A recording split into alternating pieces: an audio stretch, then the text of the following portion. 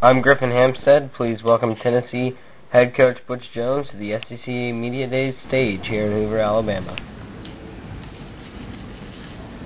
Well, thank you and good afternoon. And before I start, I know most of the coaches have said it, and I'd be remiss if I didn't say it, but I want to thank you for being here. I want to thank you for everything that you do for the greatest game, and that's college football. I want to thank you for what you do for the Southeastern Conference, for what you do for our programs, our student athletes, and the University of Tennessee. Probably the most asked question so far has been, well, how was your first SEC Media Day been? And I'll say what I've always said is when the SEC does something, it's truly something special, it's a spectacle, and that's what makes the SEC what it is today, the best college football conference in the country. When we talk about the University of Tennessee, you know, we walked in the door and we talked about building a championship culture, you know, working to get Tennessee football back to its rightful place among the elite of college football. And we talked about doing that brick by brick, and that's not a fancy slogan. We really meant that, as every brick is symbolic of every individual in our football family and our football organization. And it's really having clearly defined and articulated standards, expectations, and values that are going to guide you on a day-to-day basis. You know, I talked to each player about they were responsible for building their own identity. They are responsible for taking ownership in their own self-determination, for their self-improvement, and that would lend itself into building their own identity. And we talk about that champion mindset, that championship mindset that you must have to be a championship football program.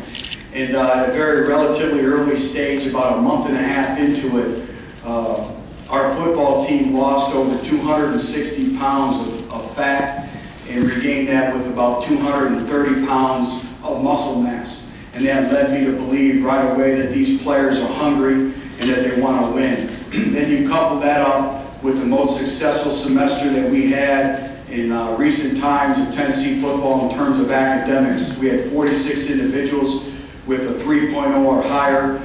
We had a cumulative GPA of a 2.82, and that's very, very important because academics are the forefront of our football program. And I told our football team this, is before we could ever think of being a championship football team, our team had to be comprised of individual champions, and that's the way they conducted themselves, the way they were champions in the community, the way they went to class, and then the way they performed in our off-season strength and conditioning program. Moving forward to spring football, the biggest thing I thought that we needed to improve on was our overall toughness. We call it mental conditioning, the mental conditioning for success that it takes to play at a very, very high level. You know, being in the SEC, every day is a grind. Every game is for a championship. So we talked about that toughness. We talked about having a style of play.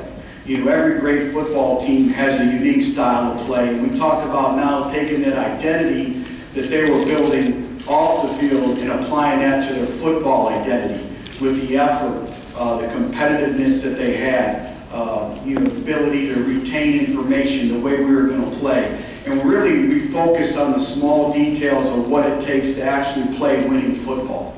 And we really focused on that process. And I thought that we left spring football, obviously a much better football team. But I think the challenge of being a first-year head coach in a program is every day is a learning opportunity. You're learning more and more about your football program, your football team.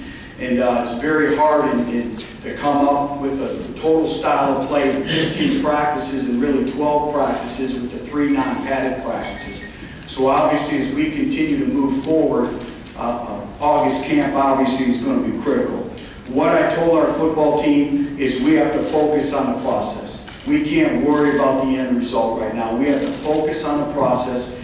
We have to be a better football team and a better football program, minute by minute, hour by hour, day by day, month by month. And if we just have that focus throughout the course of a long season, we'll like our body of work as the season concludes. 2 things right now, and then I'll answer any questions that you have that's going on with Tennessee football, is the first thing is focusing on our current team. Making every player on our football team a better person, a better football player, a better student, just total improvement in every aspect of their lives. And again, our players have answered that challenge.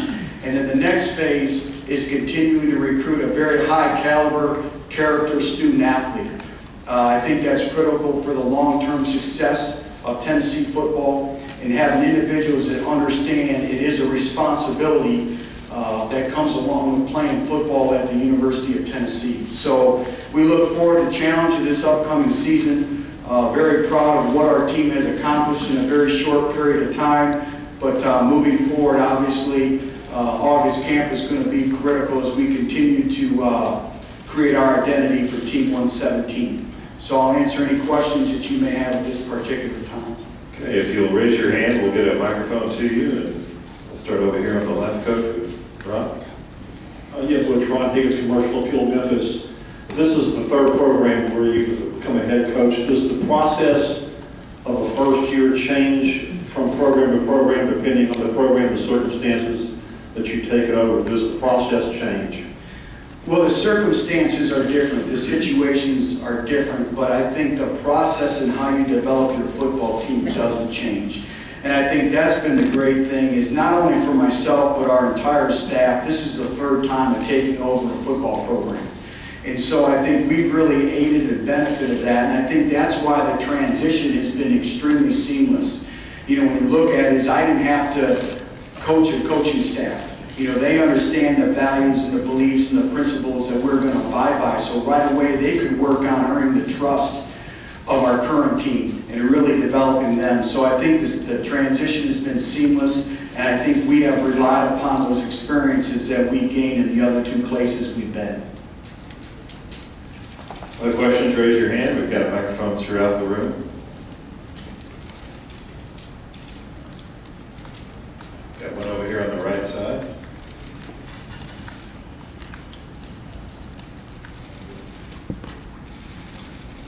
Coach, is the fact that Tennessee ran a 4-3 offense before last season helping in the transition back to that 4-3 offense right now? And is there any hangover, I guess, from going to the 3-4 in between? Well, you're talking about defensively, correct? Yes, defensively. Okay. You know, I think the 4-3 defense fits our personnel in our football program. You know, I think obviously everyone understands this. The SEC is a line of scrimmage league. You win championships by playing great defense and stopping the run. And so obviously I think, you know, for us and our personnel going back to a four-man front, but we'll be extremely multiple. You'll see us in 3 down in different situations, and I think that's the beauty, the multipleness, so to speak, that we'll be able to have within our defensive scheme of being able to play 3 down, 4 down. But it starts with playing great defense, and it starts up front. Okay, we'll go back over here on our left in the back. Coach, what has Coach Fulmer and Coach Majors meant to you? I tell you what, Coach Fulmer and Coach Majors have been a tremendous resource. Coach Dickey as well. And again, we get back to a pride of who we are. They're Tennessee football. And so the more I can speak with them and the more they can come around, the better. But, you know, we developed great relationships with Coach Majors, Coach Fulmer, and they've been great. And, you know, they're the ones who have really laid the foundation. You look at our tradition, General Nealon, so on and so forth, moving on. But they've been a great, great resource for me. And I tell you this, I've taken great advantage of speaking with them and building those relationships. Okay, we'll go to the back over here on the right. Coach Chip Towers, Atlanta Journal-Constitution. What kind of value of having guys like Billy Martinez and John Jancic, who have coached in the SEC before and had success at Georgia, what kind of value have they brought to you and your staff in making that transition? Well, great value. You know, and one of the things is of putting the staff together is I wanted individuals who understood what it was to recruit and compete at a high level in the SEC. So these individuals have brought a lot to the table. Obviously, Willie, being a former defensive coordinator in this conference and having great success at Georgia. John being a co-defensive coordinator at Georgia as well. And then the other individual has been Tommy Thigpen, who was at Auburn before. And so I think being able to rely on them and them really to mentor the staff on what it is to recruit at this level, but also the daily grind that it is and competing at this level. They've been a great resource for all of us. And then obviously Robert Gillespie as well, a new addition as our running back coach. I tell you what, he has been a tremendous addition to our football staff, and having played in the SEC and coached in the SEC, he's brought another dynamic to our staff as well. Okay, we'll go in the center section in the back. Cecil Hurd from Tuscaloosa News. Coach, 5 of your first 8 games are against teams that finished in the top 10 last season. Have you ever faced anything like that before, and how do you approach that? How do you sort of take your team through that? Well, you approach it one game at a time, and not to sound like coach speak, but you coach it one day at a time, one game at a time, and that's why we have to focus on the process. And it's going to be a great challenge for our football team, but also it's going to be a tremendous, tremendous opportunity as well. But that's why this summer in our strength and conditioning area has been big. That's why I've been stressing depth, you know, an individual stepping up. And unfortunately, it's the situation that we're at in Tennessee. We're going to be forced to play some true freshmen, so they're going to have to grow up in a hurry. But you just have to focus on the process. And the big thing for us, again, is constant and never-ending improvement. We have to be a better football team week 1, week 2, week 3, and those steps may be small, but we just have to continue to progress, and that's where your leadership kicks in. We're very fortunate to have a very strong senior class, high in numbers as well, so we're going to look to them to provide leadership and depth as well. Okay, we'll go down the front left. Ron? Yeah, Ron Higgins, Commercial Appeal, Memphis. Butch, for fifth-year seniors like Marlon Walls, this is their 3rd coach in 5 years. How important is it to, I guess, those are the guys that you went over first to spread the message, and how has that gone with those fifth-year seniors who have heard different voices and different philosophies in their career? Well, Marlon Walls is a great illustration. They've done everything for us, and you know, we always talk about it's better to be a player-coach team than a coach-coach team. You know, you want your group of guys that are going to hold everyone to that high standard of accountability, you know, that mental effort, that mental intensity that it takes to perform at a high level each and every day. And our senior class, especially our 5th-year seniors, have done a great job. And, you know, right from day one, I sensed a hunger about them. You know, they're very prideful individuals. Our football program is very prideful. And they've really stepped up and taken great ownership in our football program. Hey, Dwayne, we'll go down here in front, second row. Yeah, Coach Dwayne Rankin, Montgomery Advertiser. When you have head coaches who are deemed offensive guys, they're either one or two things. They just let the defense, you do what you do, and I'm going to leave you alone, or they get involved. Where do you fit into that? Well, I'm an offensive coach by nature, but I like to look at myself as a CEO. And I'm responsible for the vision, the direction of the entire football program. And the way our players play, the way they represent themselves on a day-to-day basis. And I try to be involved in much. I'm not a micromanager. I let them do their job, but I'm going to be animated. I'm going to be involved in practice. I want our players to feed off of our energy and our passion. I don't think you can hide that. You know, we practice in what we call controlled chaos. You know, I think kids enjoy that. I want them to look forward to coming to practice.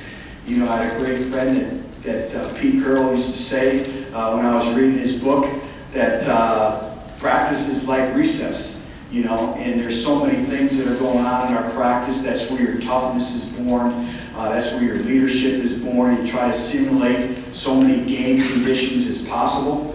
But, you know, so I'm hands-on, I'm involved, but I've hired an offensive coordinator, a defensive coordinator, and they have a job to do. Coach, we'll go over here to our right, second row. Hey, Coach, Bruce Marshall, Let's Sports Byline USA. The last couple of years, your Bearcats offense has operated at a faster tempo than what we got used to seeing at Tennessee. And it sounds like you want to run a similar sort of up-tempo in Knoxville. Tell us about what you've inherited offensively there, and specifically your quarterbacks, because Worley had a little experience, but a new quarterback in the union. What's it look like personnel-wise with this new offense you want to run?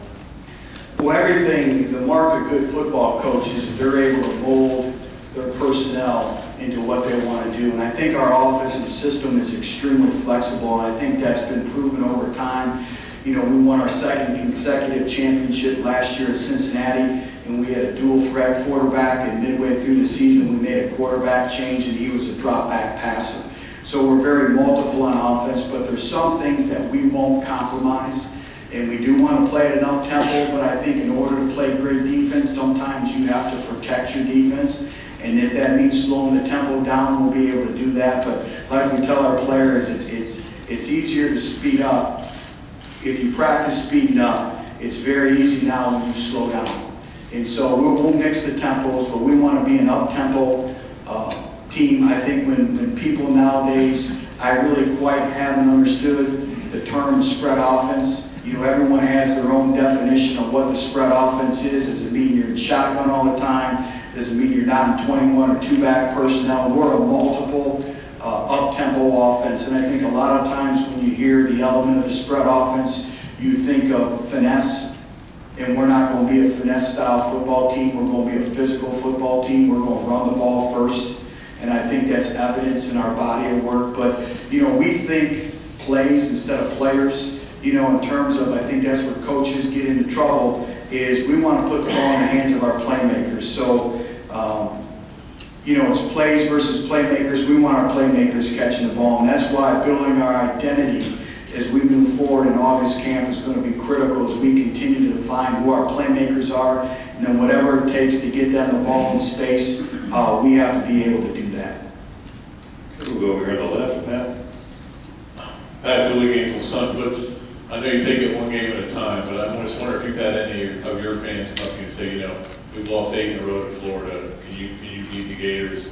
I just wonder if you've heard any of that. Hear it all the time. Obviously, being at Tennessee, we have a lot of rivalry games, and you know, I've heard that about Florida. Obviously, I've heard that about Alabama, and you know, in order for us to make those rivalry games, we have to get back to being relevant and winning those football games. And obviously, those are tremendous football programs with Coach Muschamp and Coach Saban. And obviously, they've done a tremendous job.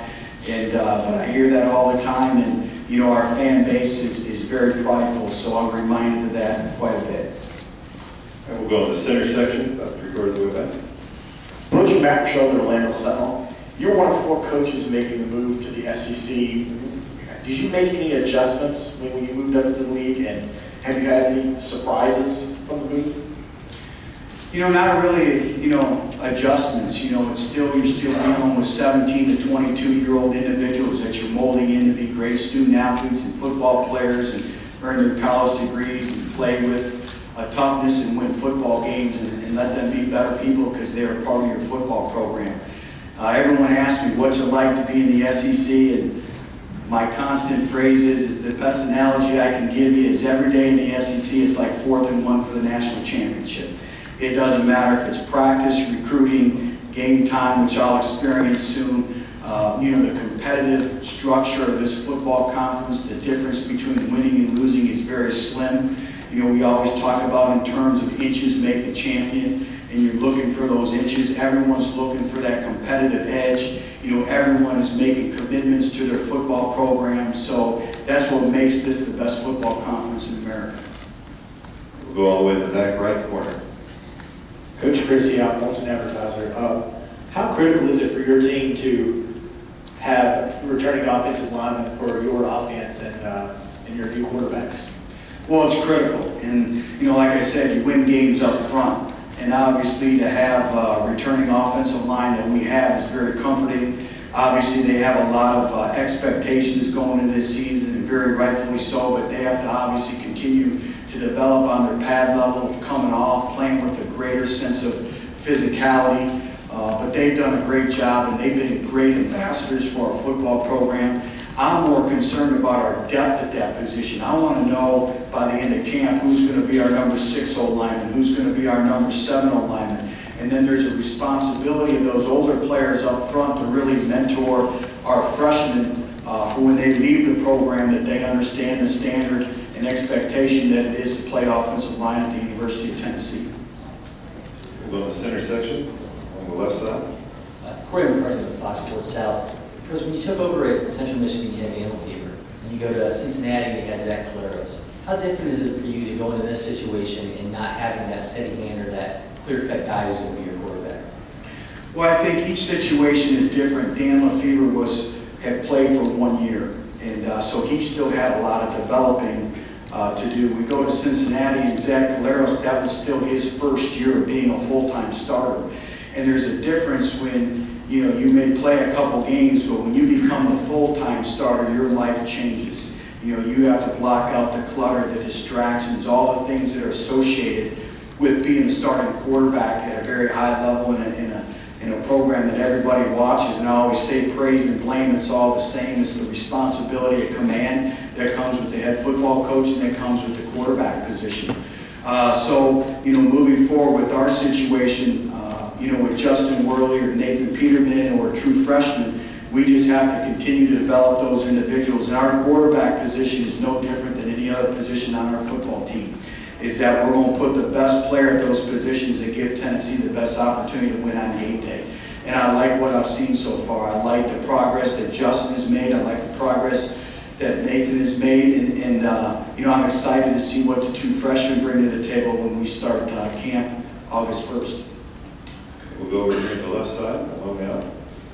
Yesterday, Jadeveon Clowney said that Tiny Richardson was one of the few offensive tackles that could block him last year. What did you see in him in that South Carolina game, and does he use the one play where Clowney did beat him as motivation for this year? Well, absolutely. I think when you want to be the best, you know, you always think about one or two plays that made a difference, and Tiny talks about that play all the time. And I'll tell you this: is anybody more in the country than Tiny Richardson who has the respect that he has for Clowney? And very rightfully so. He's a great player. He can change the complexion of a game in one play, as we've seen that throughout the course of a season. But Tiny wants to be the best that he can possibly be, so he's driven by that. He talks about it. You know, we talk about that mindset of a champion, and you know, having that championship endurance. And one play, you know, one bad play can be the difference between winning and losing. So we talk about that all the time. I think that's added to just his overall development as a football player. But you know, Tiny wants to be the best that he can be. We have time for a few more questions. If you've got a question, please raise your hand. We'll get the microphone to you.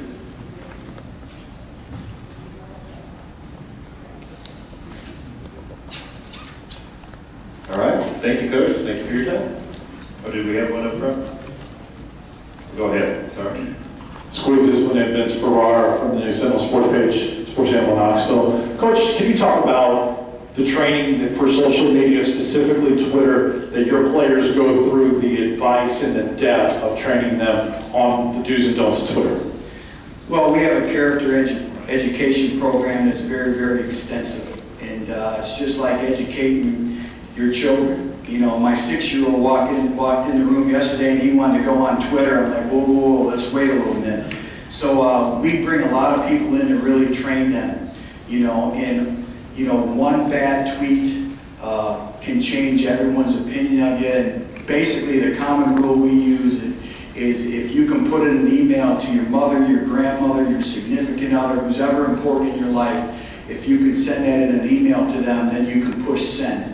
And we always talk about the 1 second rule. In 1 second, your life can change. And I think that's the world that we live in today with you know, multimedia and Twitter and Facebook and everything. So we spend an inordinate amount of time of really monitoring that process and really trying to educate our players. And it can be a positive if you allow it to be a positive, just like it can be a negative. But we monitor that and we take great pride in that. And that's part of the things of, you know, of being a part of these players' lives, is mentoring them outside of the realm of football, but in life in general as well.